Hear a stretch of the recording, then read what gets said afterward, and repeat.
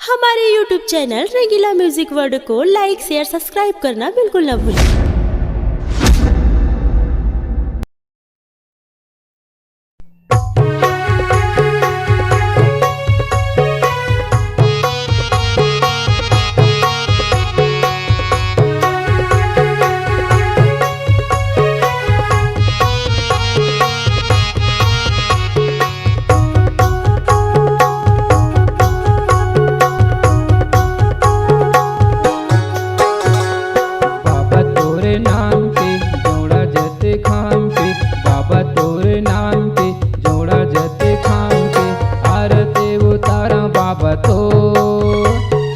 आरती उतार गुरु तो आरती उतार बाबा तो आरती उतार गुरु तो बाबा तोरे नाम के जोड़ा जते खाम के आरती उतार बाबा तो आरती उतार गुरु तो आरती उतार बाबा तो आरती उतार गुरु तो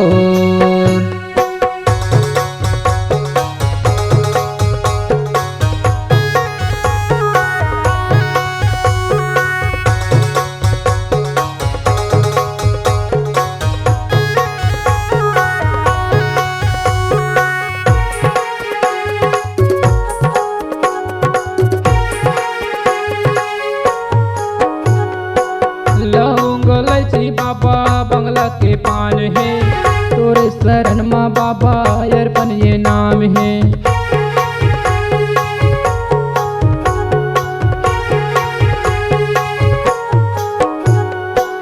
लौंग इलायची बाबा बंगला के पान है तोरे शरण माँ बाबा अर्पण ये नाम है तोरे शरण माँ बाबा अर्पण ये नाम है। आए हवो शरण माँ तो आए हवो शरण माँ तो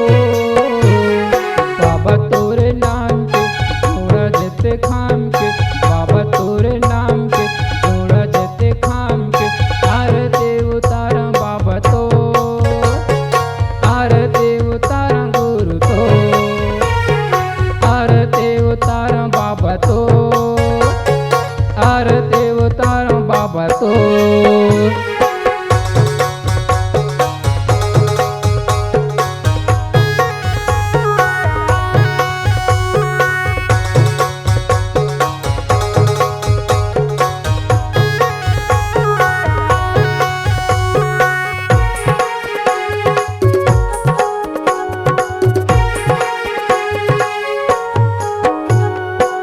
दिए निशानी बाबा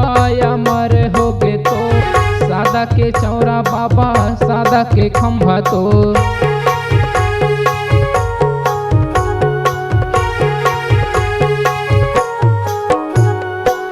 दिए निशानी बाबा अमर हो गए तो सादा के चौरा बाबा सादा के खंभा तो सादा के चौरा बाबा सादा के खंभा तो आए हवो शरण माँ तो आए हवो शरण माँ तो बाबा तोरे नाम के जोड़ा जते खाम के बाबा तोरे नाम के जोड़ा जते खाम के आरती उतार बाबा तो आरती उतार गुरु तो आरती उतार बाबा तो आरती उतार बाबा तो आरती उतार बाबा तो आरती उतार गुरु तो आरती उतार बाबा तो आरती उतार गुरु तो। अपनी आवाज को नए अंदाज देने के लिए चले आइए रंगीला रिकॉर्डिंग स्टूडियो संतोषी नगर रायपुर।